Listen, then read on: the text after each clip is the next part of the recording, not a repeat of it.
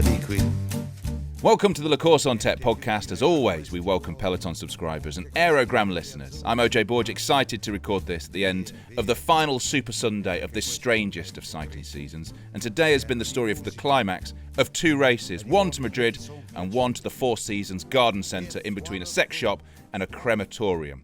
And I know which one Jeremy wishes he'd been at today. Hello, Jeremy. Hello, OJ. Another extraordinary introduction that leaves me struggling to find a riposte. Well, also hello to a man who stopped the count years ago. Hello, Peter Cossins. Hello there, OJ. Yeah, there you go. That's my topical humour done for this entire podcast. Hang on. I always get the kind of sex shop stuff or garden centre, and he just gets welcome Peter Cossins. I said the man who stopped the count years ago. He got some sort of classical reference, I guess, a bit. Anyway, over the course of this podcast, we're going to dig into whether Primož Roglič will now be able to sleep at night, how good the three compressed Grand Tours have been, and which team had the best season. We'll also look forward to the rest of the races still to come in 2020.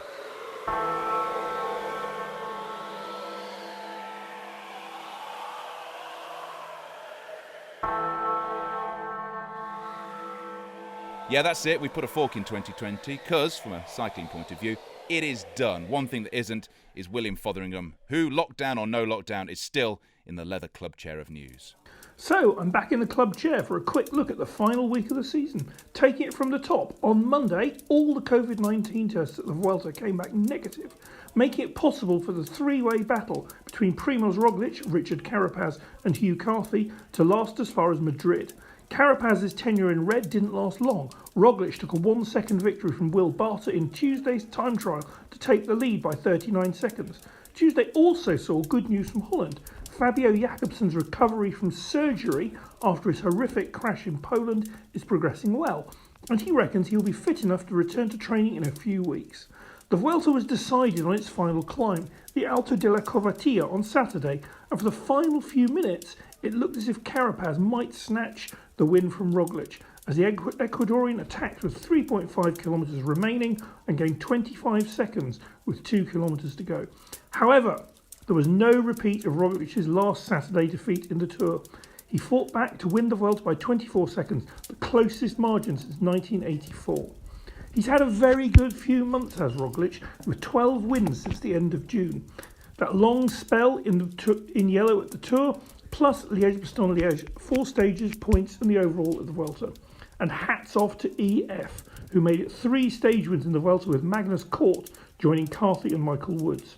On Sunday, the Ceratizit Challenge saw Lisa Brennauer retain the race lead after her time trial win of the day before, with Elisa Balsamo taking the final stage in Madrid, a few hours before Pascal Ackermann wrapped up the Vuelta. There were 2 overall trophies awarded at the Vuelta on Sunday, with Chris Froome receiving the award for the 2011 race, given to him after the winner Juan José Cobo was disqualified for a doping offence. It was a rare moment in the limelight for Froome, who rode out his last race for Ineos in almost total anonymity. All eyes now on next season, but who knows when it will start, given that on Monday we heard that the 2021 Tour Down Under has been cancelled. Sad but not surprising given the issues around quarantine and travel. Stay safe, folks. So here we are then, Jeremy and Peter. End of the 2020 season. It's been a real roller coaster, Jeremy.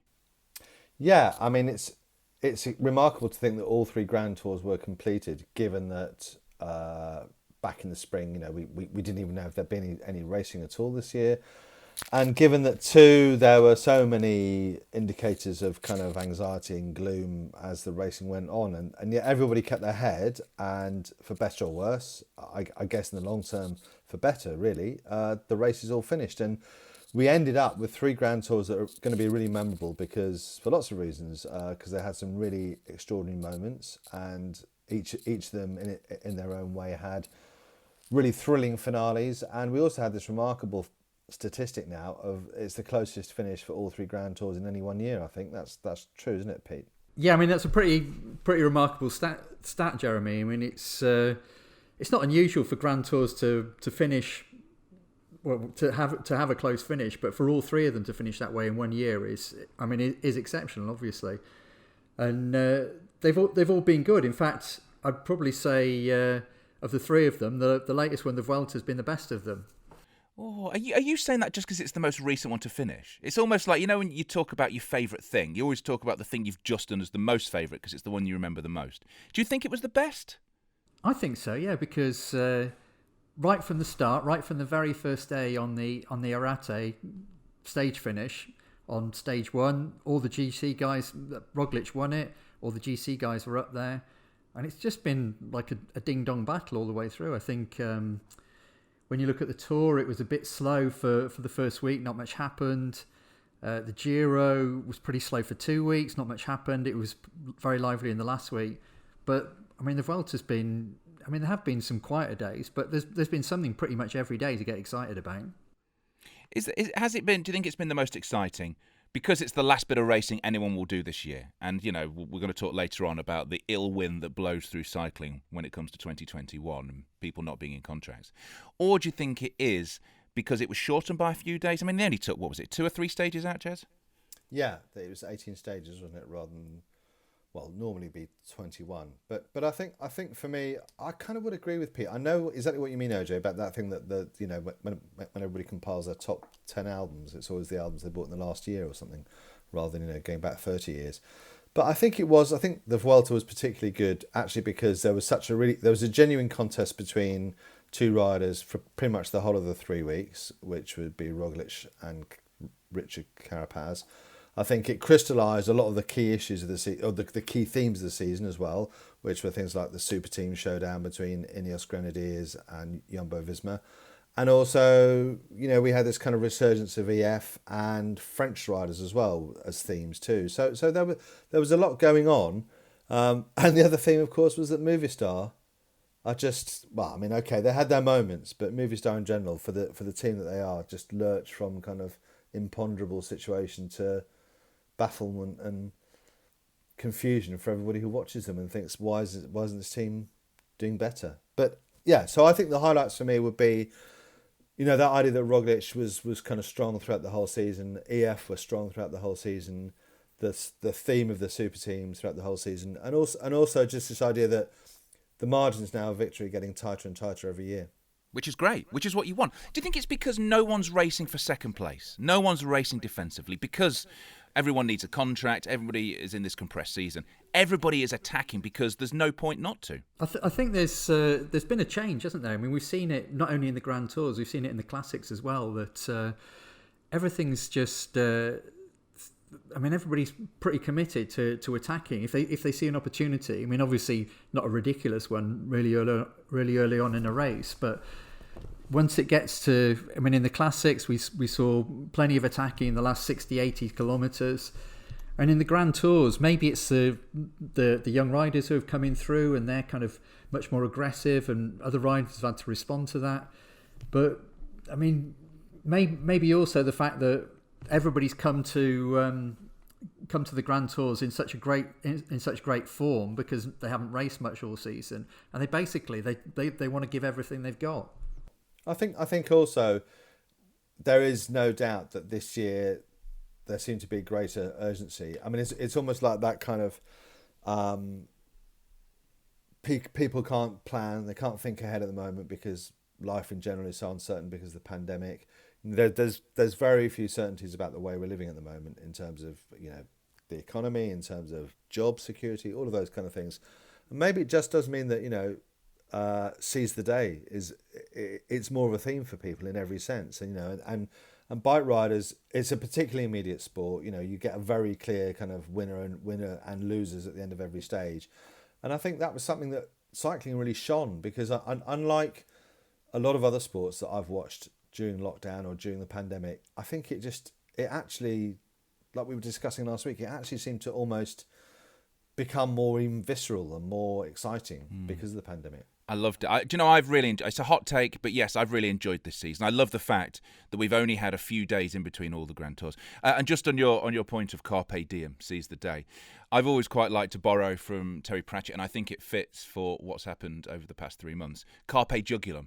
which is go for the throat, seize the throat. And I think that's what the racing has been like. Everyone's been seizing each other's throat. There's been no gifts, Jeremy. There's been no gifts. No, and even the very last 10 minutes of the last meaningful stage of the Vuelta. Okay, we had another stage into Madrid, which was obviously the sprint finish one with Pascal Ackermann, but the very dying embers of the season through the mists and into the kind of the winter, the almost winter sunshine, was of Richard Carapaz putting it all down, on the tarmac as hard as he could to try and get the Vuelta out of Primož Roglic's grasp. And it was a really thrilling 15 and 20 minutes of racing, that, I thought. And you could see, I like watching Carapaz because the effort shows. He's not one of these riders who's kind of, it looks like he's not trying. You can see how physical it is for him. Going uphill fast for him is he's wrestling his bike, really pushing the bike and his body as hard as he can. And he's exciting.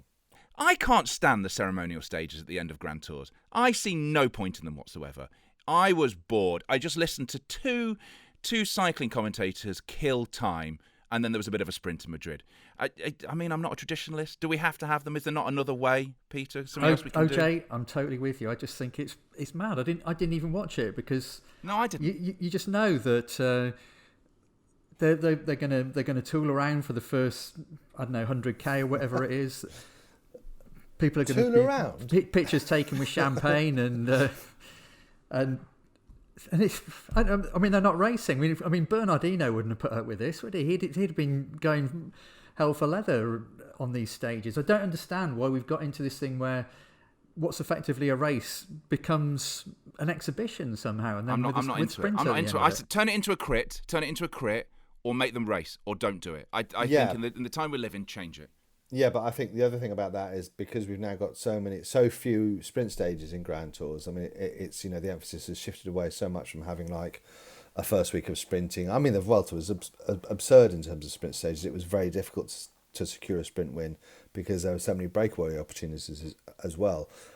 But because of that, you've got to have for the sprinters. I mean, very few bike riders are pure sprinters anymore. But for the handful of sprinters that are left, and their teams, to them to justify their existence, you've got to have a stage which is just kind of, I'm not saying the sprinters. I mean, they call the one in Champs-Élysées at the end of the tour. They call that the Sprinters World Championship. Yeah, I'm not saying don't have a sprint stage. I'm saying make it a racing day.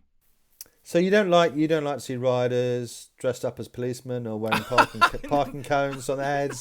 Okay, you don't all right. Like, you don't like them swapping bikes. The tallest rider wearing. I'm the fine bike, with the that. If rider. they want to turn it into a jamboree of cycling, that they all do it. I don't know on. If they want to do it on massive bikes or something, that I'm into. What I'm not into is I just the procession of it. The fact that you get all the leaders of all the jerseys up front. I don't know if it has a place in modern cycling. You got no sense of fun, OJ. That's your trouble. I have a sense of fun. If you're telling me, did you watch today's final stage into Madrid? I kind of had it on in the background. Yeah. Did you enjoy it? Did you laugh a minute? Did you loll? I watched the last 500 meters, to be honest. So exactly. Yeah, of course I'm with you. Of course I'm with you. And I think it's this kind of absurd. It's a sop to sprinters' teams, isn't it? Having a flat finish that. Yeah. But you've got to get them into the centre of every capital somehow. So, well, obviously it's not always the capital with the Giro, but in fact the Giro did well, didn't it? Because they didn't have a sprint finish; they had a time trial, and good for them because that was you sat down to that, and whoever you were rooting for, it was exciting. Maybe it was just as well they didn't have a time trial today because I don't think Primož would have appreciated that, would he, with a 24-second lead. But here's the thing. I saw you all tweeting about this on the La Course on Tête WhatsApp group as well. It was going off. Was he so close to losing to getting the second place? I mean, I know Pogacar in the Tour de France beat him on that final day. He looked to me on that stage 17 up to Alto de la Covatilla. He looked in control. He didn't look like he was going to lose it. I mean, I know Carapaz attacked, but he didn't look like he was going to lose it to me. Well, he didn't look like it when the Movistar riders started pulling him along near the end to stop Carapaz winning. But I don't think he was ever in trouble, OJ. I mean, in the first week they had that stage, was it to Formigal, where they replaced the Tourmalet stage, where he got cold apparently on the stage and he lost the leader's jersey that day. He lost some time. I mean, we saw him struggling also on the Angliru, which is, I mean, it's exceptional. It's an exceptional climb, and but. Otherwise, he looked completely in control, and his team looked completely in control as well. I don't think. I mean, there were a lot of people making a lot out of the fact that he gained like 48 seconds in bonus seconds, and that kind of won him the race. But I mean, those seconds were there for him to take. And I mean, one of the things I liked about Roglic in that last week, I think it was on stage 16 when they were sprinting for the win, and Magnus Cort won the stage, and Roglic was in this pretty full-on sprint, giving it everything that he had to get second place and 6 bonus seconds. And I thought, well, he's earned that time. I mean, he's taken risks, and it's very interesting, Pete. And I think that's a really good point, because if you compare the amount of effort that Julien Alaphilippe will put into winning a stage in Nice, with an attack on the Col d'Ez at the start of the Tour, if everybody remembers that, and the amount of kind of energy he'll put into his attacks. And okay, Julien Alaphilippe is incredibly successful. Roglic is a very economic rider, I think. Again, he's shepherded by a really strong team, but at the same time, he doesn't waste energy. And he knows they've targeted those bonus seconds. It's not an accident that he's sprinting against Kurt Nielsen to try and win the stage, or to stay close to him, to stay as close to him as he possibly can, to grab a few seconds. And they'll know that the bonus seconds are going to be precious. And I mean, you look at that compared to the performance of other people in the bonuses, and you think, well, if they'd been as targeted as that, then they would have been that much closer to him. Well, he made the point, didn't he? It's easier to take seconds in that sprint than it is to take seconds on the Langrelou. That was his point, which I think is a very good point when it comes to stage racing. Yeah, absolutely. And it's a different way of racing, because everybody wants to see, these big spectacular attacks, but how often do big spectacular attacks really win you significant amounts of time? Quite often, they do if they're successful, but it's such a high risk. It's so high risk. Racing to stay in the front and to just grab 4 seconds here, 6 seconds here, wait for the time trial, you grab another 20 seconds. If races are going to be, if Grand Tours are going to be won by less than a minute from now on, then 16 seconds here and there a week is worth having, isn't it? Absolutely. Let's just do the top 5 of the Vuelta. After stage 18 of a shortened Vuelta, Primož Roglic, of course, won it. He takes the red jersey. Richard Carapaz in second of Ineos Grenadiers. Hugh Carthy, an amazing third for EF Pro Cycling, just a minute 15 down. He was there till the end. Dan Martin for Israel Startup Nation was in fourth, and Enric Mas of Movistar came in fifth. Here's a question for you. Here you go. Dan Martin's fourth place is the highest GC finish for an Irish rider in a Grand Tour since when? The 1988 Vuelta, when Sean Kelly won it. Oh, did you write that? Did I nick that off your Twitter? That's what normally happens when I ask someone a question. I saw it on Twitter. I don't know who it was, but I saw it on Twitter, yeah. But I mean, it's quite an astonishing stat. I mean, I was surprised to see that he hadn't actually finished in the top 4 of a Grand Tour before, because I felt sure he had. Yeah, I've interviewed. He's a lovely guy, Dan Martin, and I saw him tearing up a few times when being interviewed about being away from him. And I think is he just had a new baby? Is he just had a new baby? I don't know. He's got twins already, hasn't he? But what's interesting about that performance as well is that, does it throw a spanner in the works for Israel Startup Nation? I asked you that question, Jeremy, and you refused to be drawn on it. I was asking you who the number 1 rider was at Israel Startup Nation in 2021. Yeah, because I didn't imagine that he would. I actually thought he'd fade, if I'm honest. And I think it was given the circumstances again, it was a really strong ride, and the whole dynamic of that team is going to shift now, because they've got their most high value athlete, if not the most high value athlete in the sport, moving across in Chris Froome, who's now ridden his last race for a Dave Brailsford team after the end of the Vuelta this afternoon. So you wonder, where does that impact? I guess obviously it's good to have a leader for each Grand Tour, so you've got maybe Dan Martin for different races to Chris Froome. But it was interesting that Chris Froome's completed his first major race, his first Grand Tour since his accident. And by the time he comes round to racing another Grand Tour, assuming next year's schedule goes ahead, it will be almost 2 years since that accident as well, because if he rides the Giro next year, or the Tour. So I'm trying to fathom what's going on with that team and what they'll do.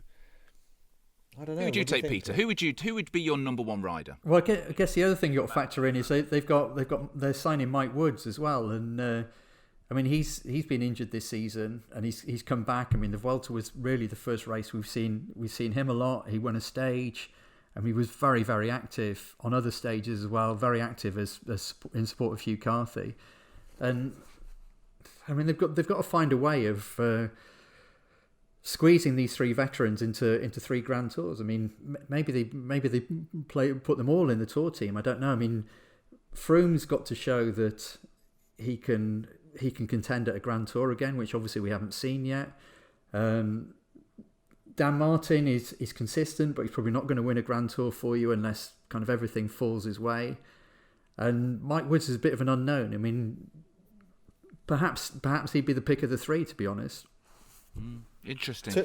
I think I just want to say from Froome's perspective, he started the Vuelta pretty badly, didn't he? I mean, he got dropped on the first stage, not even the final climb, the penultimate climb, I think. Dropped by Ineos as well. Ineos attacked. Ineos dropped him. Yeah, and I mean, I think, you know, that he's obviously got his pride, and he's obviously got kind of like his reputation as a Grand Tour champion and all of those things. But I think it was quite impressive the way that he kind of he stuck at it and finished the race. And obviously he did that because he needed to get a Grand Tour under his belt again, and maybe to prove physically he could withstand the rigours of it.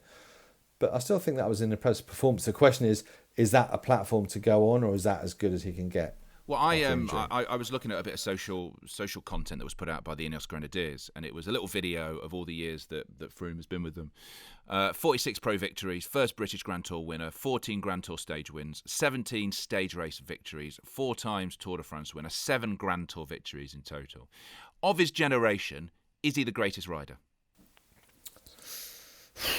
I don't know. I don't think. I think he's no, because I think he's not as he's the one-day races. Where are the one-day races? There aren't any. You know, it's very impressive to have won all the Grand Tours that he's won, but it was at a time where there was one single team that was really dominant, that had a significantly larger budget. I mean, I don't think so. Because it has to be the breadth of achievement, and Grand Tours are obviously the pinnacle of the sport, but there's also all these other one-day races which, you know, you have to succeed in to really show the breadth of achievement for me. I disagree. I think among stage racers, I think he was the preeminent one. I mean, there's not really anybody on the classic side either who kind of crossed over into stage races and has kind of shown that they could dominate on that side as well. And so there has been this big division between stage races and classics, which has changed. I mean, that's one of the things again that's changed this season, that people are doing both, and they're doing very well at both.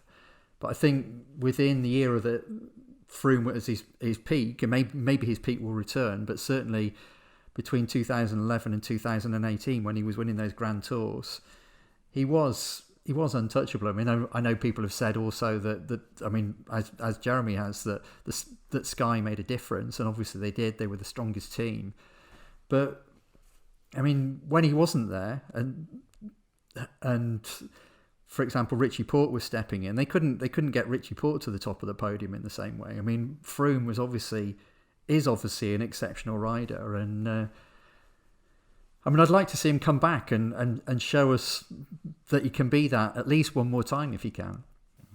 I mean, if we were allowed into pubs, it'd be a great pub conversation, wouldn't it? Jeremy, just out of interest, who do you think is the greatest rider of the generation? Oh, well, I don't know. It depends what you're looking for, doesn't it? Because it's different strokes for different folks. And exactly. It's a very open-ended, nebulous question. Is someone who wins the World Championship 3 times and countless classics, you know, Peter Sagan, is he a greater rider? And the green jersey, endless times, points competitions, endless stages, wins a stage like he did in the Giro on his own. Is he the iconic rider of that particular era? Jeremy, you're the gruff voice of cycling. You tell me. I'm looking to you to tell me. Vincenzo Nibali, who, you know, has won all the Grand Tours as well. He hasn't won as many Grand Tours as Chris Froome, of course not, but also riding for smaller teams, and has won countless stages, and has also won, you know. Let's do an entire La Course on Tête episode about this. Let's do an entire episode on who is the greatest rider of the generation. And has also held on to a car, as I say every week, for 100 kilometres. How can Froome rank with that achievement? Anyway, let's moving swiftly on. Who's had the stickiest bottle? That'd be a great award for next week. Yeah. Actually, talking of next week, I'll throw to it at the end, but we're going to do La Course on to end of season awards. Great best rider, best young rider, stuff like that. I'll mention it at the end of the show of how you can get involved in it. Let's talk about teams.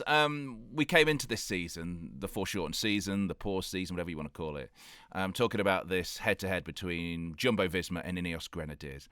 It played out in the end. We did see it. We saw it in certain places.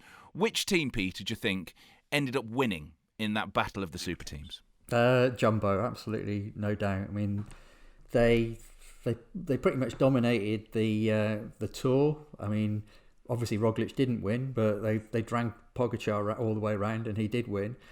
They pretty much dominated the Vuelta as well, and Roglic did win that. They were thwarted, I suppose, at the Giro because Kruijswijk had to leave the race. Ultimately, the whole team had to leave the race because of COVID, and I don't think Ineos. I mean, the Giro was a highlight for them. There's no doubt about that. I mean, they were fantastic there in the way that they rode, the way that Teo rode, and supported by those 5 guys. I thought that was an incredible performance by all of them. Yeah, well, I'm just scribbling a little list here because I think it's very hard. There's a sheet of paper between them. I think it's very close. I guess what you'd say is what really lifts Jumbo-Visma above Ineos. They both won 2 Grand Tours. They both had runners-up spot in a Grand Tour as well with Carapaz in the Vuelta and obviously Roglic in the Tour as well. So they both had one of those and they both had a victory. But then I think I agree with Peter. I think it's the Tour performance versus the Giro performance, and I think while Ineos took all those stages and took the overall in the Giro, I think that Jumbo's kind of like just totally, I mean, very, very dominant performance in so many stages, so many areas of the Tour de France, just takes them over the line first, I think, in that battle. I think the other thing to bear in mind as well is that they were so strong on the classics front as well. I mean, we saw Van Aert up there a lot of the time, and I mean, I suppose that's one of the shames of the season, that the only big race that we really missed was Paris-Roubaix, and that would have been, I mean, an incredible showdown between him and Van der Poel again. Yeah, and I think also if you go back to kind of the start of the season, then you're still looking at Jumbo-Visma as being more emphatically in control than Ineos. Yeah, definitely. If we're going to talk about one other team who've had a good season, that would be EF Education. Best ever Grand Tour season, Jeremy?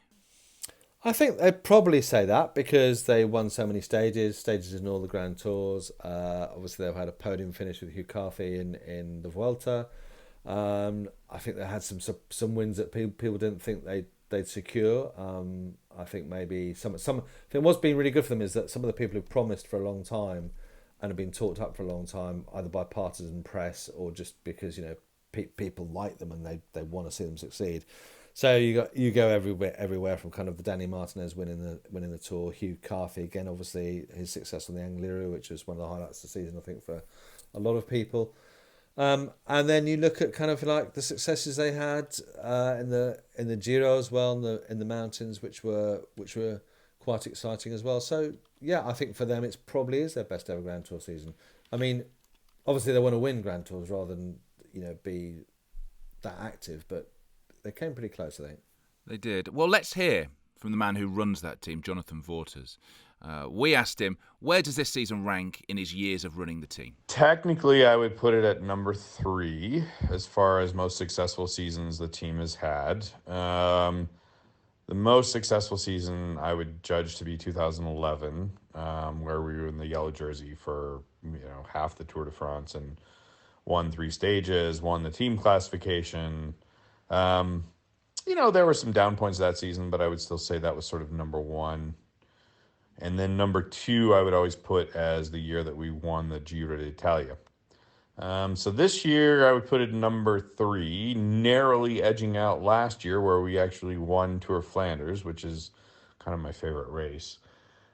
This year, we won stages in all 3 Grand Tours, 3 stages in the Vuelta, 2 stages in the Giro, 1 stage in the Tour de France.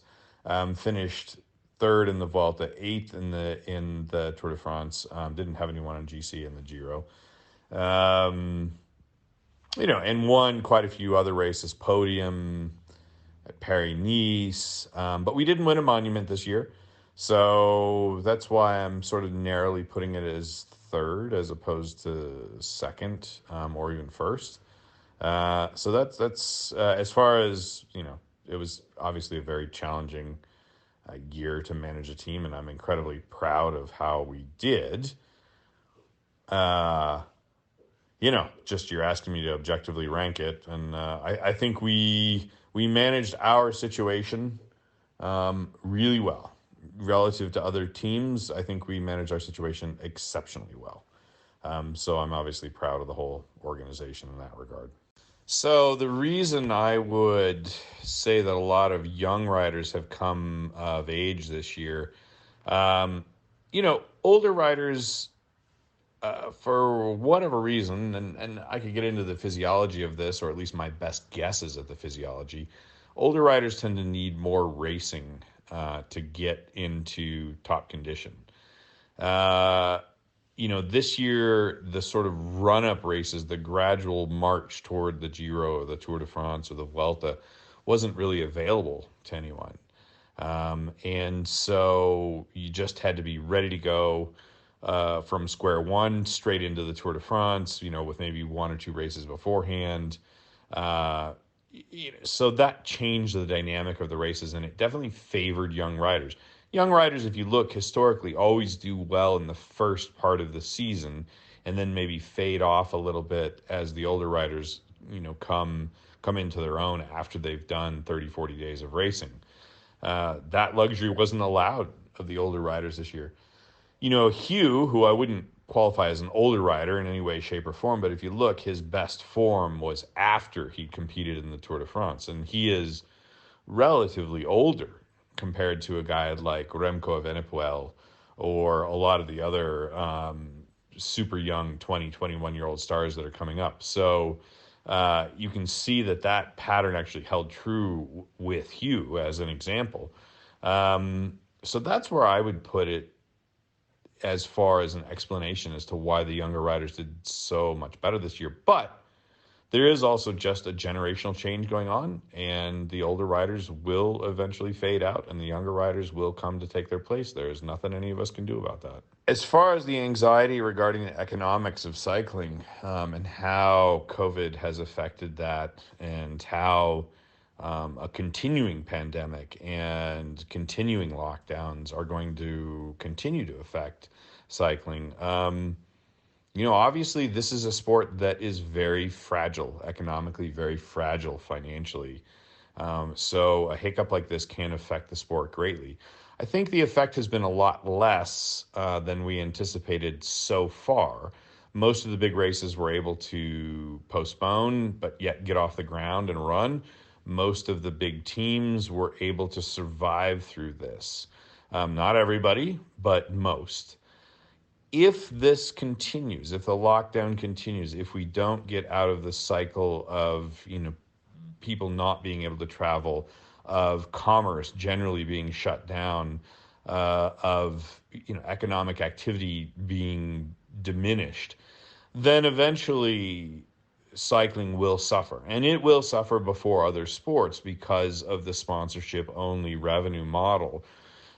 When companies have to make cutbacks, the first thing they're going to cut back is sponsorship.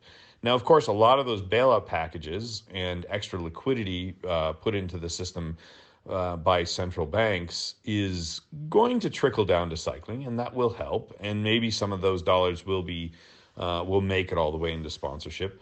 But yes, we're in a fragile situation. End of the day, the job security of the riders and the staff and everyone else, it is completely dependent on the whim of sponsors. Does that need to be corrected long term? Absolutely it does. This is why I think, ASO, UCI, we need to come up with a collective plan where revenues are more evenly distributed. there are great examples in other sports where teams that have very high revenues and very high payrolls are obliged to pay a luxury tax, and that luxury tax goes to teams that don't have as an economically wonderful model as they do. And that actually raises the level of the whole sport, makes the whole sport more interesting, makes the sport more equitable, and allows the level of competitiveness from game to game or race to race to remain higher. I think we have to start looking at that in cycling. We have to start looking at how the race organizers that are very profitable or teams that are very profitable help out teams that are not in that position. And I know that sounds a little bit socialist, especially for an American to be saying that. But as far as making the sport competitive versus other sports and other forms of entertainment, which ultimately are our competition, this is the way we have to start thinking of cycling as a competitive entity versus, again, other sports and other forms of entertainment, not so worried about being competitive against each other, i.e. races versus teams, teams versus athletes, athletes versus races. That's got to stop. We all need to start realizing that we are in the same business together, we are in the same boat together, and that we need to be worrying about other sports, other forms of entertainment. That's our competition, not each other. I mean, of course, out on the road, sure, we race each other, but that's where it's got to end. So I'm very hopeful that maybe this will serve as a catalyst for people to start rethinking the current business model. I mean, I like EF Education First. I do like them as a team. I like their outsiderness. I like the fact they have this double season where they race all the traditional races, the Grand Tours, and then they race all the off-road ones as well, like Dirty Kansas, and you've got their riders doing from one end of Britain to the other. I love all of that. I do love all of that. And I love the fact that they've got a great kit. The other thing about that, though, is I think they are more aware of this kind of changing business model for cycling. Oh yeah, they had the biggest win I would say of the season was none of the Grand Tours. It was their Palace kit. I would say on a social and forward-looking, getting new faces and new names and younger fans into the sport, and people not necessarily interested in the cut and thrust of cycling. I think that was the biggest win for cycling in 2020. Yeah, and maybe Vaughters might say that, you know, the kit thing was their biggest coup of the year because it got the most profile and it got the most awareness in it. I think it was on the kind of, you know, international sports news websites. It wasn't just on cycling websites. It got more coverage than any stage win. Yeah. Let's just end on the chill economic wind blowing through the sport. The pandemic does continue. Where we're recording this in the UK, we're currently locked down again. Will it end in December? We don't know. There's a women's race salary shock that came out today, Jeremy. Yeah, well, just this kind of like incredibly worrying statistic that, with just the salary levels in women's cycling being so low, and in some cases non-existent as well. And I think we've kind of thought generally that this had been dealt with, and that we were moving on or moving away from that. And that if it did exist in the dark corners of the sport, then it was very, very limited in very limited areas, very limited numbers. But that's a worrying piece of news. There's also this kind of uncertainty about the future of several teams and several big name riders like NTT, for example, who I think are still struggling to find a sponsor unless Doug Ryder's positive spin on things has actually come to fruition. And then there's also riders like Fabio Aru, who's kind of still in the wilderness in terms of a contract. Mark Cavendish, the same. And other big names who are kind of still hovering around. Peter as well, there's some big names that don't have contracts for 2021. If you look at it, who doesn't have Aru, Cavendish? I saw Teo Geoghegan-Hart doesn't have a contract. He's as yet unsigned as a British rider, but surely he'll be re-signed by Ineos. Do we see these big names getting contracts? These big money, considering we've had the year of the young rider? I think it's interesting that it looks like NTT are going to unfortunately go to the wall, and I mean, like Jeremy says, unless Doug Ryder can pull a rabbit out of a hat somewhere. What a lot of the agents are saying is that teams are waiting because they know that if they have got slots available, the riders who will fill those slots will come in at much lower salaries than they would do otherwise. So I mean, they're just waiting and people are obviously desperate because they've, like the rest of us, they've got mortgages to pay. They need to buy groceries for their kids and whatever. So they're kind of the teams are capitalising on that to a certain extent. And I mean, we don't really know what's going to happen with NTT. A couple of other teams are in trouble as well. I mean, on the women's side, it was pretty surprising, I suppose, to see that more than 40% of the riders are riding for basically nothing at all. And I'd kind of assumed things had moved on and improved a little bit, but that was pretty shocking as well. And I mean, cycling is still going through quite a difficult period, and that's obviously not going to change at the moment. No, I mean, it does seem well placed considering it doesn't have paying fans coming into a stadium. It doesn't have any of that, but still, it is difficult. We'll focus on all this in an upcoming podcast before we get to 2021. And that is it. Thank you to both Jeremy, Whittle. You know, at the top, I said I know which race you'd have gone to. It was, of course, heading to Madrid, Jeremy. It was, of course, heading to Madrid. Oh, yeah, of course. Yeah. Thank you to Peter Costins as well. Next week, we'll be sliding into something a little more comfortable as we're going to run the La Course on Tête end of season awards. We'll have socially distanced cheese and pineapple on a stick, as well as blowing the entire yearly budget on a bottle of own brand fizzy wine. The entire La Course on Tête coterie will be choosing who they thought the riders and teams who have made hay out of this complete dog's dinner of a year are, as well as selecting the most pivotal moments. If you have a thought on that, then please do slide into our DMs on Twitter or get in touch with us across all of the socials. Till then, thank you to Jeremy, thank you to Peter. Keep dancing, and we'll leave you with the thoughts of Primož Roglič on winning this final race of the season. Au revoir. How did you feel riding in Madrid today? Yeah, we were just enjoying. It was the last one to do before we finish this, and we did it. So beautiful to finish a season like this. So you're doing it. Was it even better than last year? Yeah. I always say every time when you win is beautiful. It's really hard. It's impossible to compare. But I'm just super happy that I could win to finish like this whole season. Second year in a row that you win one Grand Tour and you're on the podium of the other one. Are you now the best Grand Tour rider? Well, I don't know. For sure, let's say I was the best in this Vuelta. It's like this, and still some races that I didn't win yet, some challenges, but first of all, just today we celebrate.